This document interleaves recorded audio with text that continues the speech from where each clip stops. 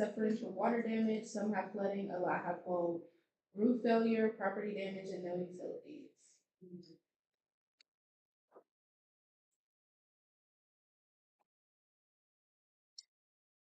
And one more thing, isn't that similar to what was going on with the neighborhood house and that was kind of saved from demolition? What was your question? The leaky roofs, the mold, the busted pipes and stuff like that. Isn't that similar to what was going on with the neighborhood house and it was somehow saved from demolition? I think the complexities, not complexities. I think the reality between the neighborhood house and then CCS is there are more restrictions that public schools have to do when it comes to selling or giving away their buildings. Rather, neighborhood house was formerly owned by Parks and Rec, which then got sold to CMHA.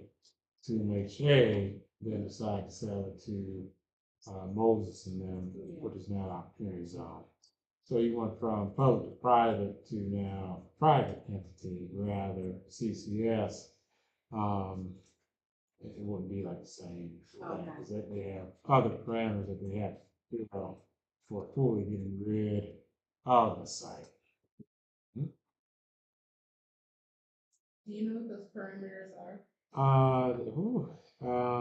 I do know that you have to offer a building to a charter school first, and from there, after you've made an offer to a charter school to inhabit a building, if that said charter school moves out, then you then can move forward in selling the property.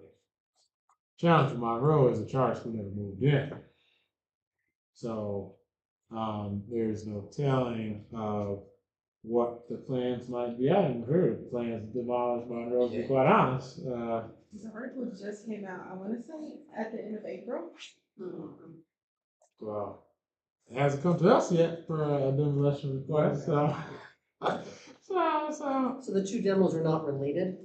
It's just No, coincidence that they're the Franklin happening. one was approved last year. Okay. I found the permit for that demo for Franklin and emailed that contractor asking him if he had a timeline he could share with us just now. So great. I will let Thank you know you. if I hear anything. Back to like the conversation around like the food thing, that could be an interesting idea as well as like if they would be like like how the land bank for properties they have allow for community gardens, if there would be any interest, you know, as part of whatever they do, like to about a section, even like, you know, I mean, we just said like there's such a large part of that area that's just empty fields, like if there would be if they'd be willing to let like folks to have community garden plots there, that could be interesting. And then thinking about like the I forget the name of the group that's working on, right, it's the Brunswick Growers Market. Yeah, like if, you know, thinking of around a partnership of school, like of how the Hilltop and Highland Youth Garden operates over there, and their relationship with that elementary school and teaching those kids about food and how to grow it and the vegetables are good, like that would be really interesting idea as well. And we're talking about a property that houses in Islamic, so, because that's always a concern to everyone. You know, when I look at the map, it looks like Monroe Middle School is contiguous to Sanders Park and the Maryland Pool, which I assume are city properties. They still fall with. Say it again? No? Who owns them? No, I'm saying Monroe and Maryland Park are very far away from each other. Well, on the map, it shows Monroe Middle School, Sanders Park, and Maryland Pool in one kind of big green area. So I think that school, Valor is what's there, that's you're saying, and that's That's not the same, you know. I was looking at also, and it is a little, like, it's confusing the way that they have this out.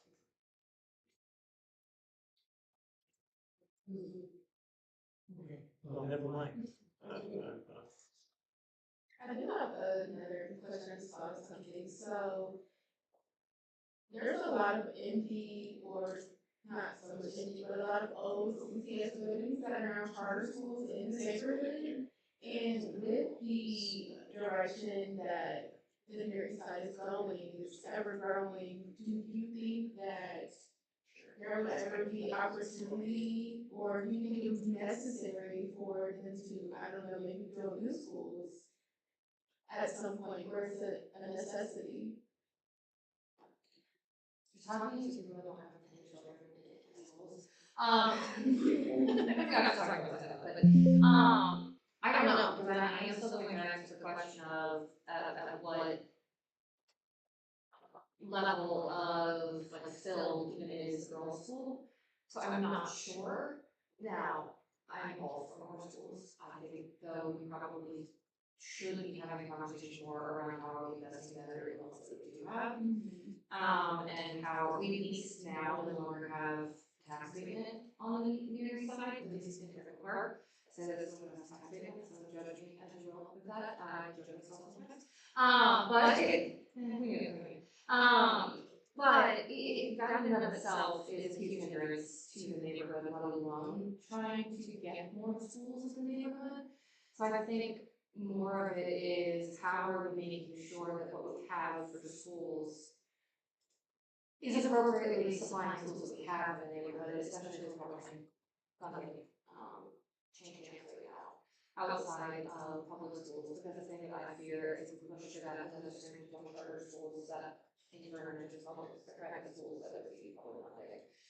So I don't know, I'm not the best person to ask, I don't have any children, so I don't want to see how to turn to that, but I do think a lot of it does come down to needing to make sure that the schools are in the neighborhood are supported more than they probably currently are. I don't know. I am really trying to figure that. I'm in agreement with the schools being more supported every year. Also, I'm in agreement with schools being built because I feel that, some of them are oversaturated. And, you don't have an option. The elementary school is kind of A plus as it relates to charter, because I deal with a lot of kids. I got 23 grandkids and 2 bonus, so 25 total. And the parents are always asking me, school, this, what's the best? I mean, I don't technically know because I don't do that research, but for the sake of convenience, for the sake of living in the neighborhood, and it's easy for you to be able to go get to your kid at A plus. But again, A plus, my granddaughter, my grandkids complain the whole time about the air not working. So, again, going to schools or having schools that we can invest in that are already here. And of course, putting some more modernized schools, because A plus Arts Academy was, Fair Avenue Elementary, and that's where I went from kindergarten to, second grade, and I'm 54 years old. And the school still looks the exact same, like, even inside of it, I'm like, hey, man, it's just too old, it's outdated. And I feel like the environment is conducive to one's growth. Like, nobody wants to learn in a hot building, nobody wants to learn in a building that's just boring and dead with no life in it. So I do think that, putting up a couple more schools around this area would be good, because even Ballard, my grandkids that went to Ballard, we still don't know where to put them. We had to put them in public school Champion, that was my choice. We preferred Ballard. It only accepted 100 kids, and that was perfect for what we needed. But they had to go to Champion with 300 and some kids, and you know how that goes. But Jackson and our schools, so people could have more choices. This is a question, I just would go with the answer. I know our tax dollars on the maintenance of the schools and the construction of them. But like, we're people like building new schools, but there are schools on here this year. So like, that's not gonna happen if we're being realistic, right? Like, so how do we, I don't know, how do we fix it? How do we do that? I mean, seriously, I don't know. I mean, the unfortunate thing about it is that the state house controls the school's budgets, and at the end of the day, they continue to want to defund schools and the prioritization of funding private Christian schools with public tax dollars. So you've got that problem. You've also then got folks that, I mean, really the problem with inner city schools was exacerbated by white flight. So you continue to have that where folks come to this neighborhood, they start their family, and then move to the burbs after a couple of years. So I don't know that new schools is necessarily the answer so much as we got to figure out as a community in this neighborhood, figuring out how to support the schools and support the kids that are here and want them to stay and continue. Like, our schools in this neighborhood aren't going to get better if people come here as a stepping stone to Gahanna. Like, Totally agree, but I guess beyond voting, that's my question, like beyond making sure that we all show up at the polls and like yeah, go in line with what we are wanting to see change. Yeah, I'm I mean- asking for ideas, I don't know. Well, and I think one of the uphill battles in all of this is perpetually, since most of us have been in school, the way that funding is allocated to schools is illegal.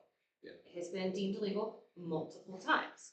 I don't think we live in an environment where we can vote our way out of that if we can just continually be disregarded at the Supreme Court level in this state. There is some movement behind it right now to try to reform it. Again, it's a bit of an uphill battle with everything that the Republicans are doing right now to, again, not fund public schools. But one of the key things right now that we can look at within the neighborhood is the fact that we are no longer applying tax abatement to homes. And that was an immediate, you were just paying the land value, taxes, not house value. And so that changing, and I would say for most, there's probably about 10 years left on a lot of the 10 years or less on the remaining abatements. That does mean that we should be having more funding start to flow into these schools, because just that's inevitably the way it works. Now, who knows? But I do think that the only way we're gonna be able to carve that space out is if there is a grassroots effort in the neighborhood, in the Near East Side, within the city, to really make sure that that money is allocated appropriately. It's not just us voting, it's us constantly having these conversations, pushing, and making sure that it's not just people with kids in these schools that are having this conversation. It cannot be the people who are forced to go to school there being the only ones that are arguing for it. It has to be this whole neighborhood, because again, as stated, if we are just a stepping stone that never really helps us get better schools, it doesn't incentivize people to stay here, it doesn't incentivize people to try to fight for more within the schools.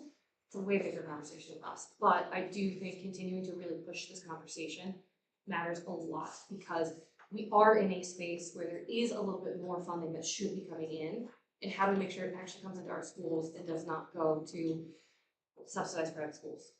And if it is subsidizing private schools, how do we make sure that that's not the only place that it's going? Because we do need more schools, and sometimes private schools or charter schools can fill that need.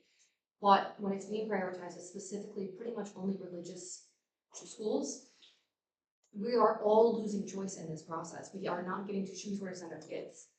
So it is a perpetual conversation that we need to have, because it's a very good question. It's an excellent question, and it's one that the state has grappled with for a long time and has had a horrible track record at. But if we don't keep talking about it, if we don't keep pushing, if we don't keep having these conversations, nothing's gonna change. I'm curious, you made a comment about tax abatements. Like, what do you mean by that? I'm slightly. So, okay, so say like Franklin Park had a 15-year tax abatement on any new build or existing home that was completely refurbished.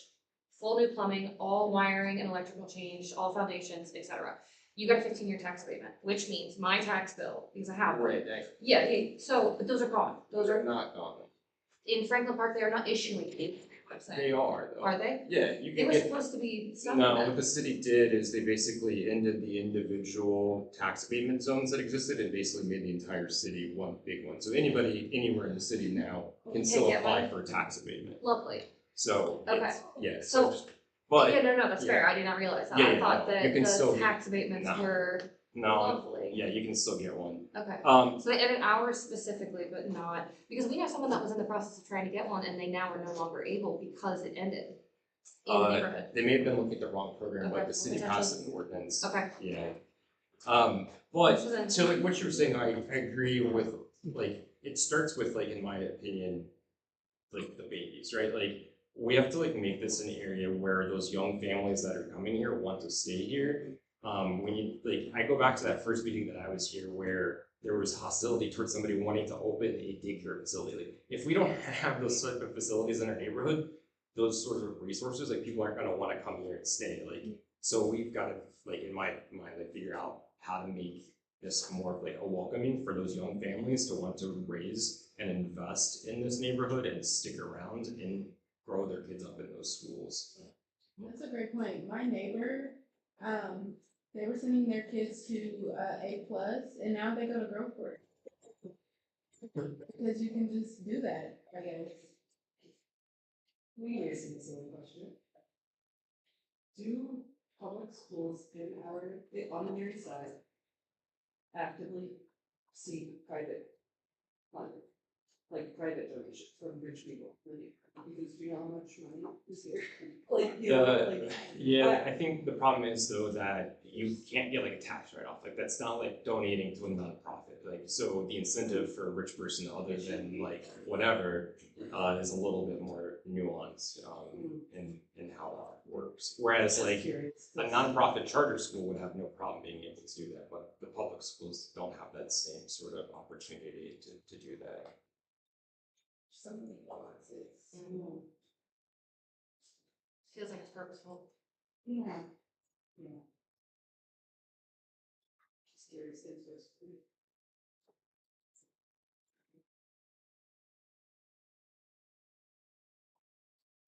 Okay, so just bringing back some of the ideas that I have, so utilizing as a community space, where children can come as well, an exterior community center, like a sports complex, a grocery store, making sure there's some type of dedication to East High School, agriculture, using St. Vincent's as an example in regards to utilizing green space. Is there anything else that should be added?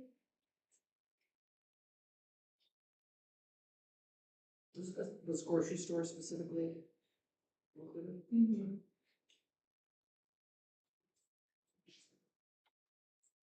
And more on the grocery store side, cause I'm hearing that, but are we thinking more like a Hills Market or an actual Giant Eagle like that's in Belston? Like a hat grocery store, I'm just kind of like they're thinking, small, medium. Well, these are our ideas, so we can. What are you? We could think whatever. I'm thinking like the Hills Market, Okay. that type size, you know, nothing too, because, you know, it would just be like when them huge grocery stores come in the neighborhood, for some reason or another, they just don't, I mean, I didn't even know Singletary was there for only 8 months. I was a kid at the time, I thought it was at least 2 years or so. But it was only there for 8 months, and that was a pretty large grocery store. I'm just thinking something where you can grab and go, because generally, I mean, even if they put a grocery store over there, when I go grocery shopping, I wanna stop at a couple other places that are farther out, you know, that, hey, let me run to Marshall's and grocery shopping. I wanna do a lot of things, so I'm thinking like a Hills Market or something. Yeah, I think the only flip side to that is that generally means it's higher cost. And if what we're trying to fill is a need for the community that makes us less of a food desert, cost should be taken into consideration because we have some of those bigger grocery stores not far from us. And so that would be my only concern about something smaller scale, like thinking like Hills Market. Hills Market's pretty expensive. Even the Giant Eagle Bexley is more expensive than going to Kroger. And so if we are trying to fill a need of, which I guess that's just in my mind, what the need would be, is to fill in the food desert gap. It would need to be something that is subsidized to a degree because otherwise it's going to get very expensive. And we already see people filling in their gaps with places like the wine shop, with places, and those are already more expensive. But it's walkable. And so if we're trying to fill that gap, I do think it would need to, personally, I think it would need to be something that is more reasonably priced for people. Yeah, it sounds like it would be nice to try to get Aldi to come in and put their investment there. We're never gonna get an Aldi, unfortunately. We're not gonna get an Aldi. We're not their business model. Same with like Trader Joe's. We are just not the business model. We don't have, it wouldn't be enough foot traffic to justify it, unfortunately. I think a more like interesting approach, like if you're talking about like a name, is like Toro's, like Yeah. Toro's on South Parsons. Yeah. Yeah. And then also, you know, they just were in the news, they're working with the city and opening a downtown, like a grocery store, like downtown. So, yeah, I think like, something more like that is in line. I do agree, like, I don't think we would ever get like a big box, like like size like Kroger. One, Kroger is not that far away. They're actually currently closing locations because they're not making enough money off of those. Quote unquote. It goes back to the profit thing, right? So like a Toro's would be kind of interesting. Yeah, that, so to me, that's a medium size, you know. For sure. Yeah, Hills scale wise. Market was the first to come to mind, but What is it Toro, your called now? IGA, I don't know. Oh, But I was just thinking small like that, like IGA food was affordable right there at 100%. Wilson, that little alley where the new apartments is. It used to be, Oh, on Main Street? no, like on Oak Street. Oak and Wilson. Okay. Them new apartments, there used to be a market right there on the corner of the alley called J&F Market. It had affordable. It's now painted over like, Did it? you can still see it.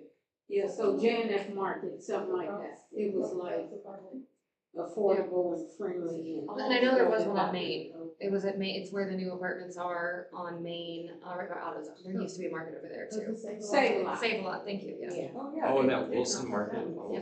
is it, No, it's not Wilson Market. That used to be the carry out and, what, like that, where was it at? it was a little bit. Oh, I know what you're talking about. Right at the Yeah, what are alley. they putting in there? I saw something recently, that they're I putting don't something know. that's going back in there. I I feel don't like. know, but it used to. There's the, like the locksmith that was like next door also. Okay, yeah, I know what you're talking about now.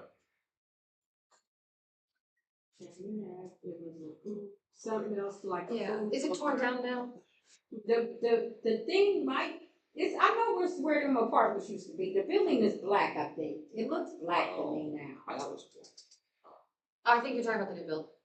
That is all white, the ones that they tried to sell as condos and now they're just Okay, Airbnb. I might be thinking of something. So now that I think you're talking about, they just put like new windows in Maybe it, they'll forgive themselves. but they haven't like, you can't really tell what it's about to be.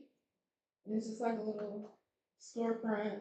You can see the old sign. It's like Oh, rustic oh, looking. okay, it's gonna be an office building inside. Okay. If you creep in the windows. Yeah, okay. There's a giant ass conference table right in the center. And, cause you're talking about, there's like that beautiful historic, it's the Jacqueline's, the beautiful historic home, and then this little Mhm. box building. Like Yeah. kind of, Okay, like yes, diagonal from yes. the Wilson Market. Yes. Yeah. Yeah, it looks, based off of me sticking my face like this in the windows, it looks like it's going to be an office.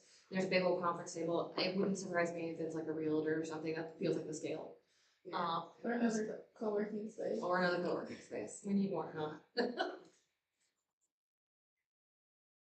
You guys know where Sam's, I know we're talking about like big schools, but Sam's Market on the corner of Ohio and Main, it's just like an empty parking lot with corporate stuff. Yeah.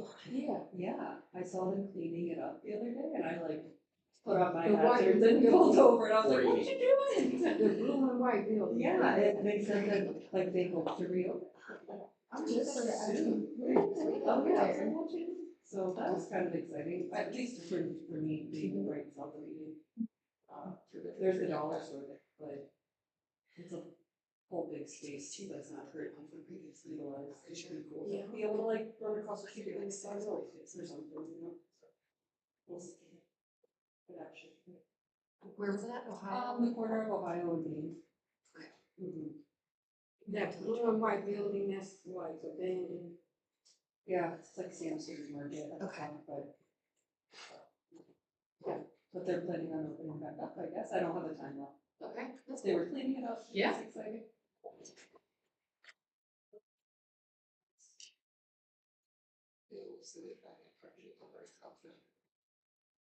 Well, they haven't for the first time. It was like 6 something, right?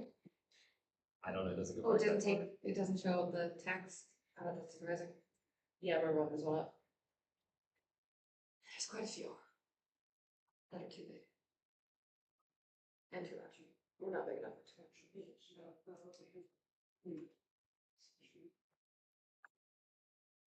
I am, so just like to call it out, like, I think we should also just be careful or cautious about recommending commercial spaces. Like, we all want those things, but I think we're still not all the way there in terms of being able to support. That building that's like next door to the field, I think it's called like the Jacqueline, those apartments. There was, and it may have just been the business model or whatnot, there was a yoga studio in there that closed down, and I Yeah. know that they've been struggling to find a tenant to go back in there as well. That seems to be a touch more price. They Got got priced out, the Danja Yoga Studio they got priced out is what I have inferred. Now, take it with a grain of salt. I have some tea we can chat about. Okay, sounds good. But it does seem as though the property is a touch expensive. Got it. That was general, but yes, I would love to hear you. Orange Theater is supposed to be moving out. Really? Oh, Seriously? Orange Theory? We can't get it. I mean, Orange Theory, literally my I know, Trader that's- Joe's, I the know. Orange Theory. Small parking lot. Trader Joe's has the weirdest business model under the sun, and we'll never get it, unfortunately. Same with Ollie's, it's stupid. We're not suburban, that is what they are. Orange Theory, I guess. Orange Theory. Yeah. Is that really what it is? Supposed That's what they said last year, but I mean, it's still empty. Oh, Yeah, and there's still 2 separate cars have gone through the front of it, and they haven't done anything to fix it. It's janky. Gotta live Oak Street. Mm-hmm. You know, okay, sorry. Never mind. Oh, that's clear. It is about that intersection though. Ohio? Ohio and Oak. Yeah. I can't believe there's a stop sign. Just a stop sign. This has been a perpetual conversation. I'm There's like sorry. 4 on Oak that are very, very, very contentious. This never goes well. My partner is a traffic engineer, so it's never a good conversation because he's always like, you're not gonna get it right now. Unfortunately, until somebody gets hurt, it's not gonna happen because there's not enough. It's so dumb. It's the way it works. It was the same in front of the trolley barn because when they did the study, there was nowhere near the number of people that are currently there. And unfortunately, the way the system freaking works is they sit out there and they count how many cars versus how many people trying to cross. And when those do not match up the way you want them to match up, you don't get it. Also, people don't unfortunately really listen to stop signs or lights or when they want to go. But it's terrifying. Yes, 100%. I have known more than one person to get hit on a bike over there by the Oracle. So yes. Oak and Kelton is pretty scary too, especially with the construction. With all the construction, yes, it's terrifying. Yeah, and also the signage is horrendous at the trolley barn. If people turn wrong way on a one-way. Yeah, no, this is there is a decent amount of documented requests from the civic association, from the neighborhood on all of this stuff. So I will say, if you want to complain, if you want to push on it, it only adds to what we've already brought to the table, which is never a bad thing. But it is definitely something we have documented and we have done. Jay Boltz, if you are interested, is the person to reach out to. He would be happy to tally it and add it to Boltz. J-B-O-L-T-Z. Or fpcivic@gmail.com, and we'll get it right to Jay. Has Champion Open complained about, I mean, it's just as bad as Ohio. I'm pretty sure he has. We have like 5 or 6 intersections. And there should also be documentation with NEAC from the previous administration, where we were also trying to work with NEAC as well, to bring this up too. So it'll never most likely get to the point of again, I'm speaking for someone who is giving this perspective, and it doesn't mean it's true or not. It's just his perspective. Most likely lights are never gonna be the answer, but having more stops, whether that stops people from rolling, but that was a lot of the work that they did with the bump outs on the sidewalks, because it squeezes you, it makes you feel like you need to slow down a little bit, whether it works for everybody.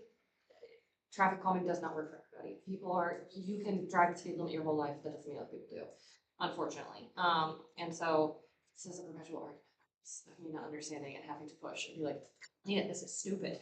You know, if I just find out what the traffic study is, I can make it really busy. I have a lot of friends, you know, like, Right on through. I can tell. Requested I study it again. Just kidding. I know, unfortunately, the problem is it's usually somebody getting hurt that causes them to restudy it, which is a really shitty situation when you have to. Yeah. Another way to potentially trigger it as well is just like frequent 311 requests. Yep. So A the lot city's of been using push, heat maps yes. with that, so. Yep, 100%. But then you can be screwed like me, and we're on Fairwood, and the stretch of Fairwood between 70 and Main, the city, that based on its classification, they won't do anything about it because it's considered like a main thoroughfare for emergency vehicles for the fire station at Livingston and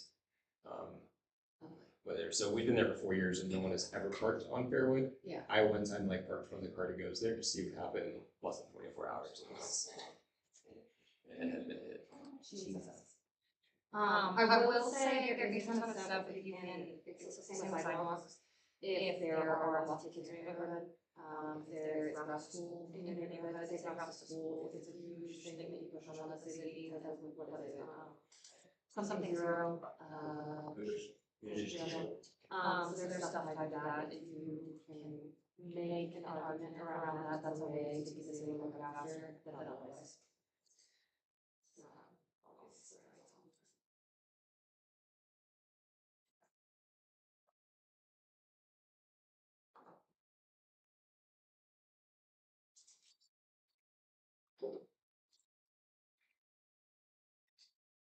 So I want to make sure that I'm not missing anything. So when we were talking about Monroe, just a community center came up, was there anything else that we want to include for that area? Or do we want to make this more open to have our ideas for both areas? Both schools were alternative schools, correct? Yes. So I do think there is value in highlighting what those were. Whatever their next existence is, I do think there's value in highlighting what the space was for both of them. I do think, I have my complaints about, I would love to hear some now.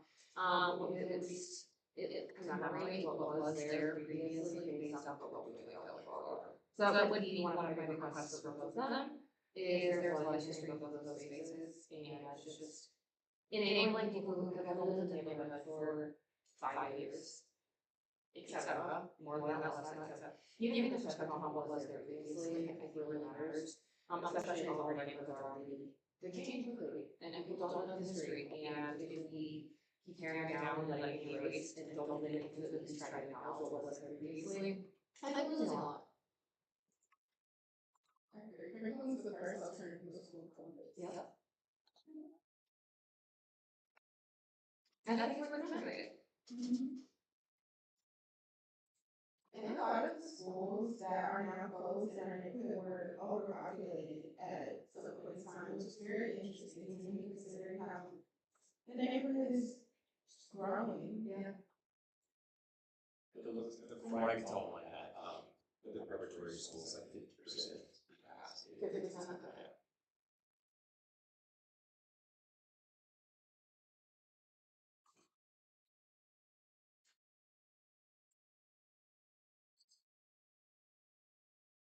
Is there anything else anyone would like to add on to this conversation? Before we move on. Okay. Does anyone have any upcoming community events that they would like to share?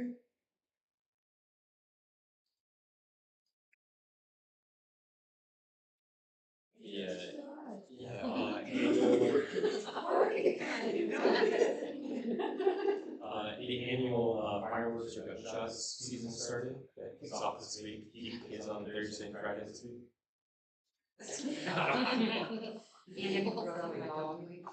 Yeah, so there will be an uptick in stray animals that are done short, traditional vehicles. And I will end up with a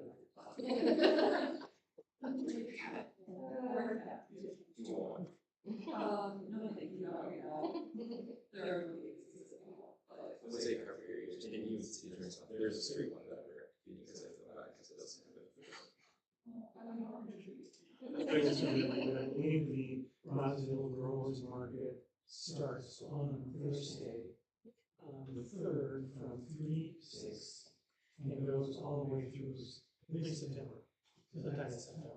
So they will be selling, they will actually have farmers there and they'll be selling fresh produce as well as some other stuff. And it's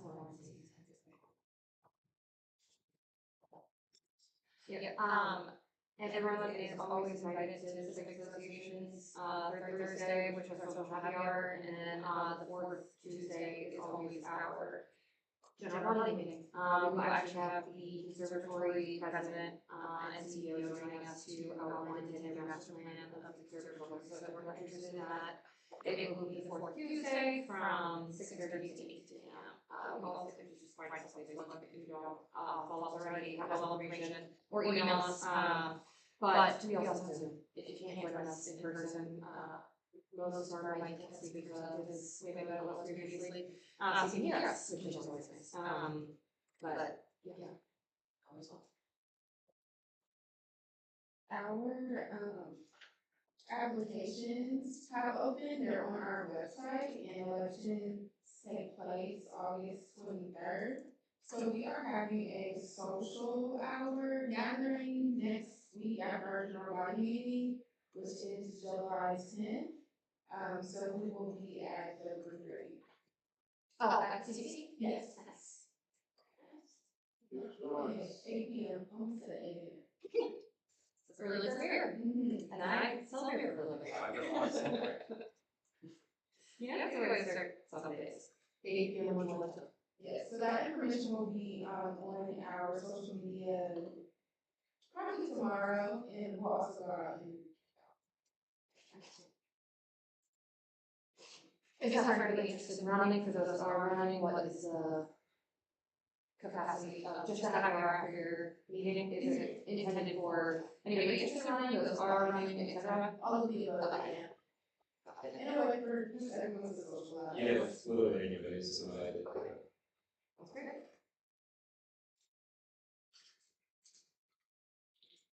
Is there anything else before? Okay, so I will adjourn the meeting at 7:27. Thank you all for coming and contributing to this conversation. I'm going to.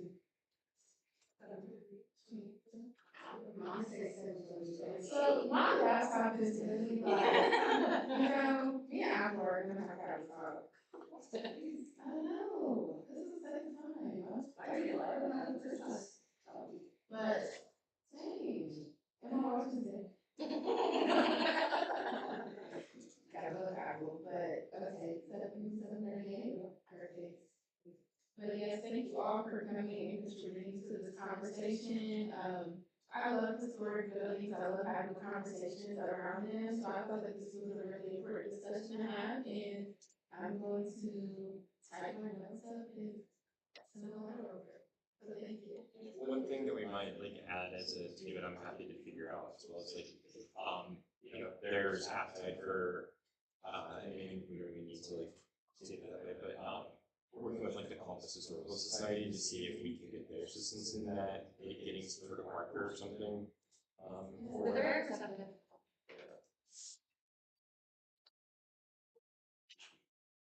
Thank you.